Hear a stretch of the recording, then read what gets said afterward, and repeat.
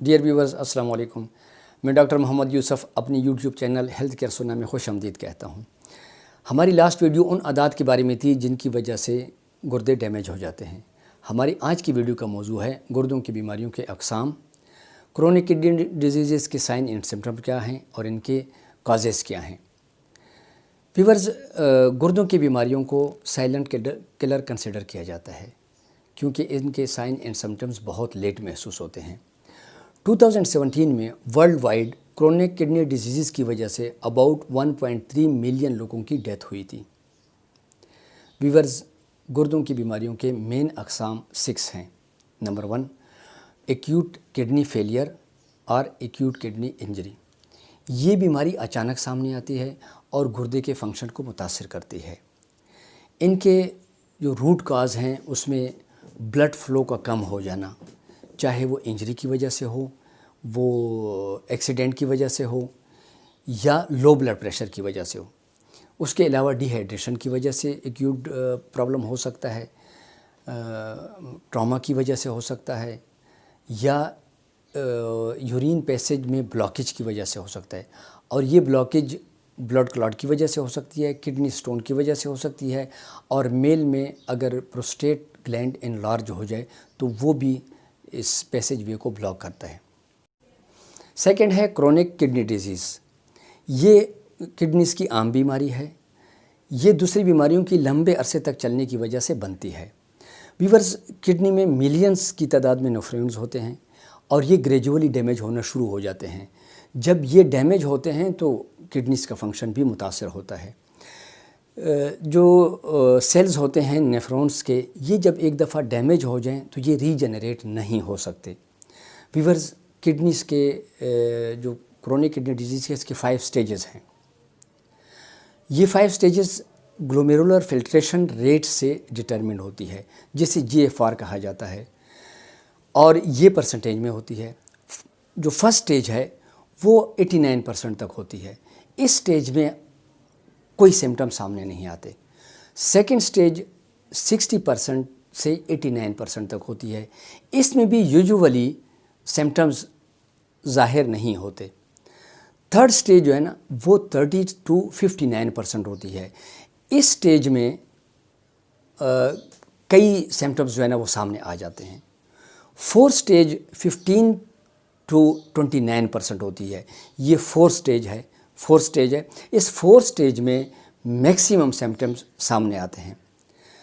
Fifth stage جو ہے نا وہ لیس دین 15% ہوتا ہے. یہ سٹیج عام طور پہ کڈنی فیلئر کنسیڈر کیا جاتا ہے، جس میں پھر ڈائلیسس یا ٹرانسپلانٹ جو ہے نا وہ ضروری ہو جاتا ہے. ویورز، اگر یہ پرسنٹیج 60 سے اوپر ہو اور سمٹمز سامنے نہ آئے ہوں، ظاہر نہ ہوئی ہوں اس پیشنٹ میں، تو بھی یہ ٹی کنسیڈر کیا جاتا ہے. لیکن اگر مور دین 3 months لیس دین 60% یہ فلٹریشن ریٹ رہے تو کڈنی کو آپ کرونک کڈنی ڈیزیز میں کاؤنٹ کرتے ہیں. نمبر 3 ہے کڈنی سٹون. کڈنی سٹون یا پتھری بھی کڈنی کی ایک عام پرابلم ہے. اس کی وجہ بلڈ میں مختلف منرلز اور سبسٹانسز کڈنی میں کرسٹلائز ہو جاتے ہیں، جو بعد میں گریجولی سالڈ ماس کی شکل اختیار کرتے ہیں، یعنی سٹون کی شکل اختیار کر لیتے ہیں. ویورز، نمبر 4 ہے گلومیرولونیفرائٹس. یہ گلومیرولر کی انفلیمیشن ہوتی ہے. یہ گردے کا انتہائی باریک سٹرکچر ہوتا ہے. یہ بلڈ کو فلٹر کرتا ہے. نمبر 5 ہے پولیسسٹک کڈنی ڈیزیز. یہ عام طور پہ جینیٹک ڈس آرڈرز کی وجہ سے ہوتی ہے اور یہ گردے کا فنکشن کو متاثر کرتا ہے اور ایٹ دا اینڈ یہ کڈنی کے فیلئر کے باعث بنتی ہے. ویورز، نمبر 6 ہے یورینری ٹریک انفیکشن. UTI بنیادی طور پہ یورینری سسٹم کے کسی بھی پارٹ کی بیکٹیریل انفیکشن ہوتی ہے. یہ انفیکشن عام طور پہ بلیڈر اور یوریترا میں پیدا ہوتی ہے. اس کا اگر بر وقت علاج کیا جائے تو آسانی سے یہ ٹھیک ہو جاتی ہے، لیکن اگر علاج میں تاخیر کی جائے تو یہ انفیکشن گردے تک پھیل جاتا ہے اور کڈنی کے فیلئر کا باعث بنتا ہے. سامعین، اب ہم کڈنی کے سائن اینڈ سمٹمز ڈسکس کرتے ہیں. انیشیل سٹیج میں یورین کی مقدار زیادہ ہو جاتی ہے. لیگز، فیٹ اور ہینڈز میں سویلنگ پیدا ہو جاتی ہے. شارٹنس آف بریتھ یعنی دم گھٹنے کا احساس محسوس ہوتا ہے.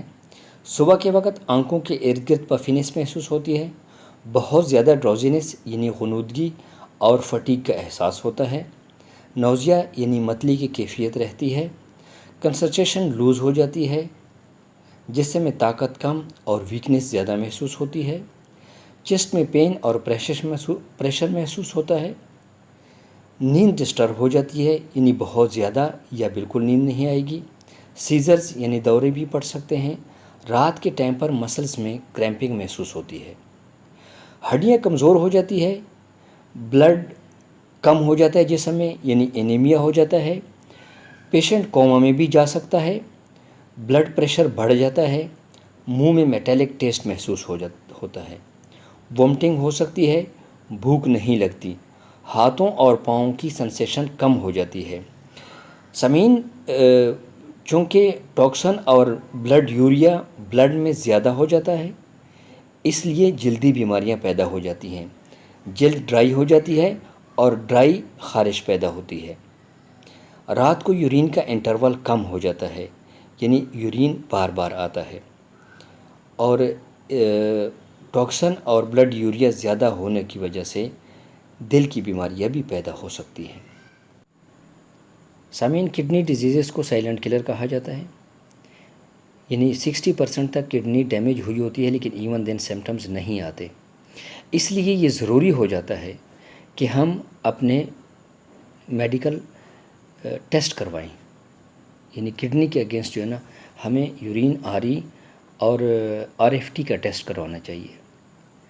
اگر یہ ٹیسٹ جب تک آپ کی یہ ٹیسٹ ٹھیک ہے، آپ کے کڈنی جو ہے نا پراپر فنکشن کر رہی ہے، جب ان ٹیسٹ میں پرابلم ڈائگنوز ہو تو اکارڈنگلی جو ہے نا اس کی ٹریٹمنٹ ہو جاتی ہے۔